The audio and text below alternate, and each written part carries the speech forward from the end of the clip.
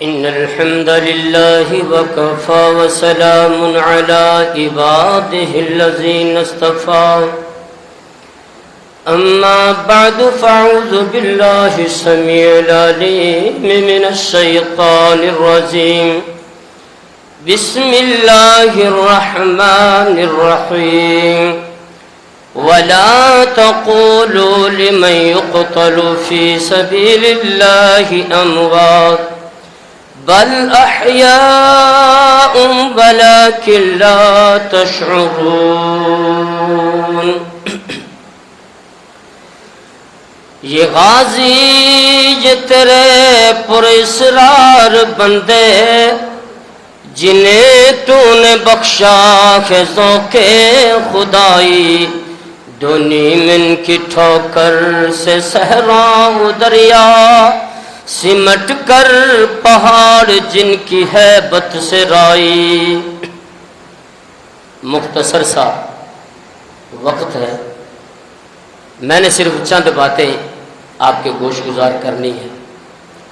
مکے کی سرزمین ہے تو مسلمان ظلم و ستم کی چکی میں پس رہے ہیں اور انہیں دفاع کا حق بھی نہیں ہے. بدلہ لینا تو بڑی دور کی بات ہے، لیکن جیسے ہجرت کر کے نبی کائنات محمد کریم صلی اللہ علیہ وسلم مدینے تشریف لائے تو میرے محبوب نبی نے 6 ماہ میں ایک کام کیا ہے.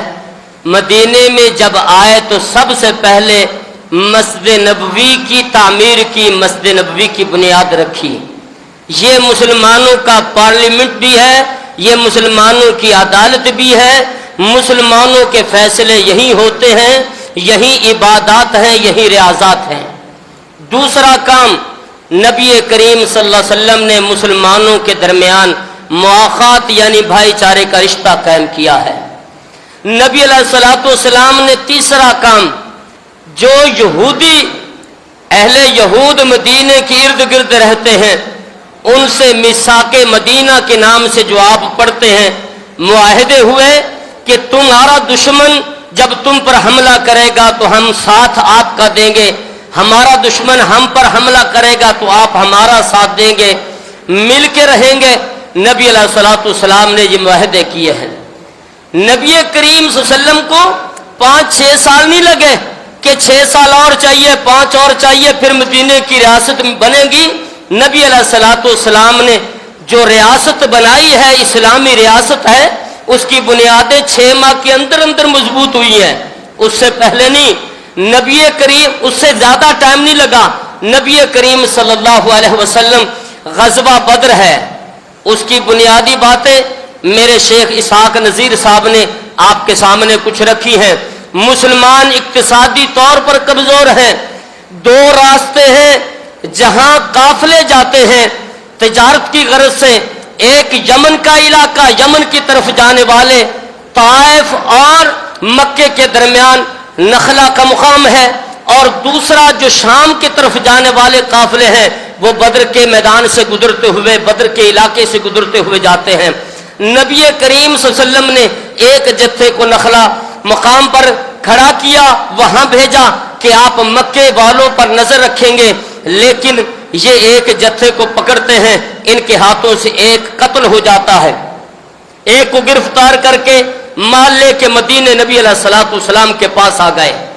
ادھر دوسرا قافلہ ہے جس کے بارے میں شیخ نے بتایا، ابو سفیان جو ابھی مسلمان نہیں ہوئے قافلہ لے کے شام کی طرف جا رہے ہیں. نبی علیہ الصلوۃ والسلام نے مسلمان ساتھیوں کو، اپنے صحابہ کو ان کا تعاقب کرنے کا کہا، لیکن یہ قافلہ نکل گیا. واپسی ہوتی ہے شام سے، نبی علیہ الصلوۃ والسلام نے پھر یہ انہیں حکم دیا، یہ صخرہ مقام پر یہاں پہنچتے ہیں. لیکن ابو سفیان بڑا ذہین و فتین انسان ہے، اپنے ایک آدمی کو مکے کی طرف بھیجتا ہے، گھوڑے تیز ترار گھوڑا دے کر. جب وہ مکے پہنچا، ادھر جو قتل ہوا تھا ان کے ورثاء بھی مکے آ چکے تھے، اور یہ یہاں سے ایک لشکر ابو جہل کی قیادت میں چلتا ہے. میں تفصیل میں زیادہ نہیں جا سکتا، صرف بنیادی نقشہ آپ کے سامنے رکھتا ہوں.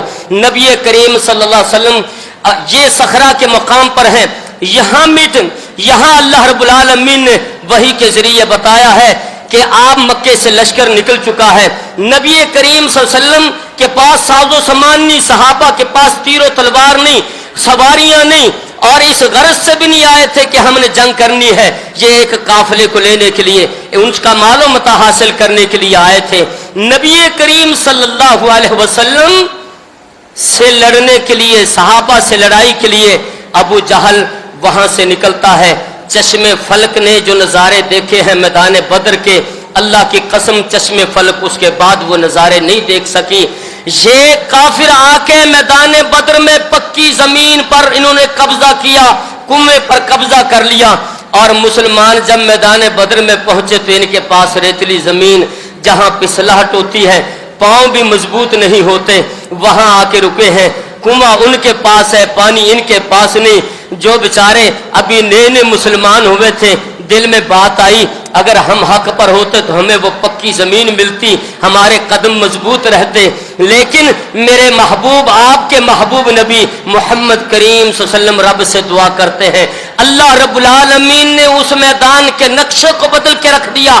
بارش کا نزول ہوتا ہے، جو ریتلی زمین ہے جب اس پر پانی پڑا تو وہ پکی زمین ہو گئی، جو پکی زمین تھی جب اس پر پانی بارش کا پڑا تو وہ پھسلاہٹ اس میں بن گئی۔